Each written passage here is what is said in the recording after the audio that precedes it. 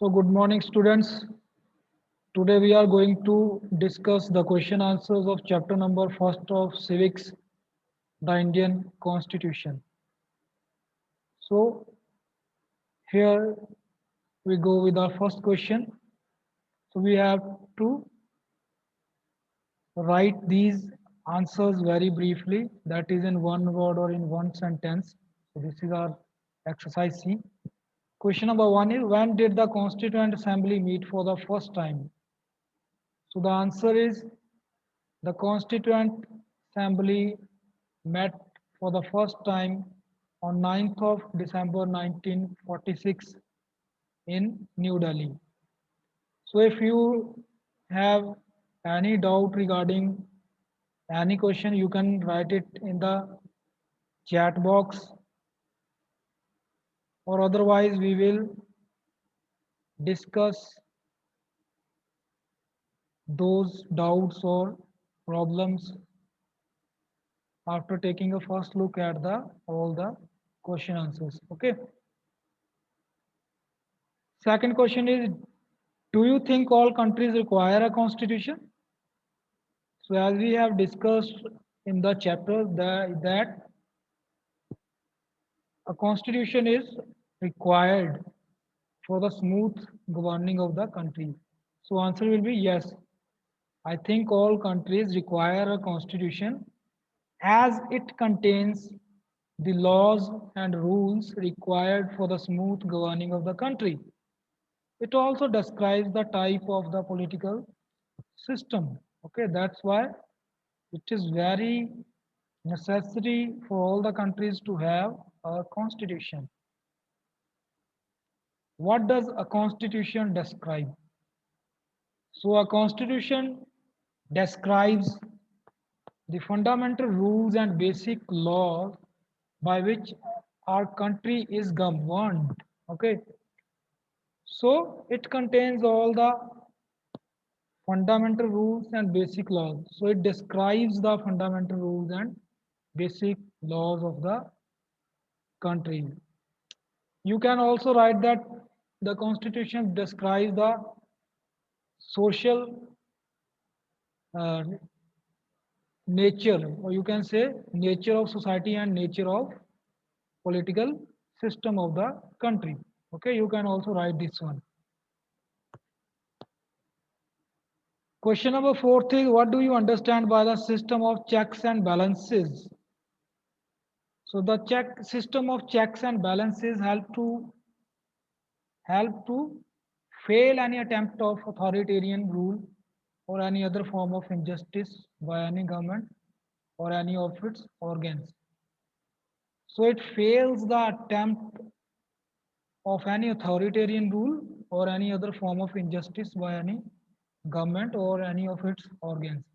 तो अगर कोई गवर्नमेंट है या गवर्नमेंट का ऑर्गन है, वो अपनी पावर का मिसयूज करके करना चाहता है, तो उसके इस एक्शन को रोकने के लिए चेक्स एंड बैलेंसेस का सिस्टम बनाया गया है.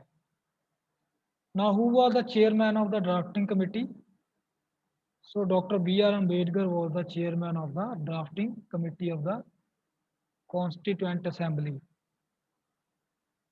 Now answer the following questions briefly. Here you have to answer the questions. 3 lines, 2 lines, okay. First is, how does the constitution prevent the tyranny of the government?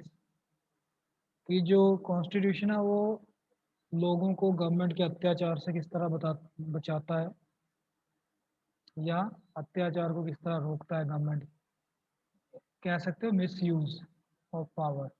So the constitution prevents the tyranny of the governments by providing fundamental rights and other legal rights to the people. Moreover, people have the right to vote and they can choose the other government in the next elections. So in this way, constitution prevents the tyranny of the government. Question number second is, differentiate between fundamental right and directive principles of state policy. So fundamental rights are basic rights given to the citizens which cannot be terminated in normal situation. whereas the directive principles of state policy are the guidelines for government and they are concerned with the welfare of the society. Another point you can also write that fundamental rights are justiciable, that you can move court for their application, whereas directive principles of state policy are not justiciable. That means you cannot go move courts regarding their application. Question number third is, what do you understand by secularism? So secularism means treating all religions equally. It means there is no official religion of the country. It advocates religious freedom to all the citizens. Okay. Next question is, why is Indian Federation said to be quasi-federal? Quasi means semi. So the Indian Federation is said to be quasi-federal because in a true federation, both national and the state governments are independent of each other. The states are not subordinate to the national government, but in India, the state governments are subordinate to the national government. That's why we call Indian federalism as a quasi-federalism. सो एक true federation में या federalism में क्या होता है कि states and national government जो है एक दूसरे से पूरी तरह इंडिपेंडेंट होती हैं, बट इंडिया में ऐसा नहीं है क्योंकि इंडिया में जो स्टेट्स है, स्टेट गवर्नमेंट्स है, वो नेशनल गवर्नमेंट के सबॉर्डिनेट हैं, उनके नीचे काम करती हैं. Okay, now what do you understand by the parliamentary government? So the parliamentary government is run by the elected representatives. They are elected by the people on the basis of universal adult franchise. It is responsible before the people for its work. So parliamentary government, what is a parliamentary government? The government which is elected by the people, okay, or the government run by the elected representatives of the people, okay. So they are elected by people on the basis of universal adult franchise. Now there are some long question answers also. First is, constitution serves several purposes. Discuss. So yes, we know that constitution serves various purposes. For example, justice. So the constitution provides justice to all the people. Liberty. Constitution provides liberty to all citizens of India to secure their freedom. Equality. This objective ensures the equality of citizens and all are equal in the eye of the law. So these are the various purposes. Fraternity also is there, that constitution encourages the nationalism and brotherhood among the Indian citizens. Okay. What are the main features of the Indian constitution? So the main features of the Indian constitution are democracy, universal adult franchise, system of checks and balances, fundamental rights, special arrangements like reservation for the upliftment of the downtrodden people.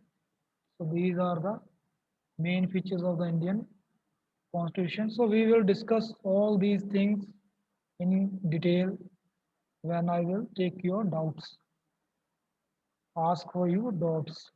What were the main challenges before the Constituent Assembly? So the main challenges before the Constituent Assembly were to build a united nation out of so many princely states. So there were several princely states. Over 550 states were there. So we had to make a single country after uniting them together. Next challenge was to enhance economic development. Third was to bring about equality among all the citizens and then to establish democratic government of which people were not used to. So people were not used to democratic government as we were being ruled by the foreign rulers for centuries. Next was to establish secularism. So all these were the challenges before the Constituent Assembly. Okay, so now I will take your doubts.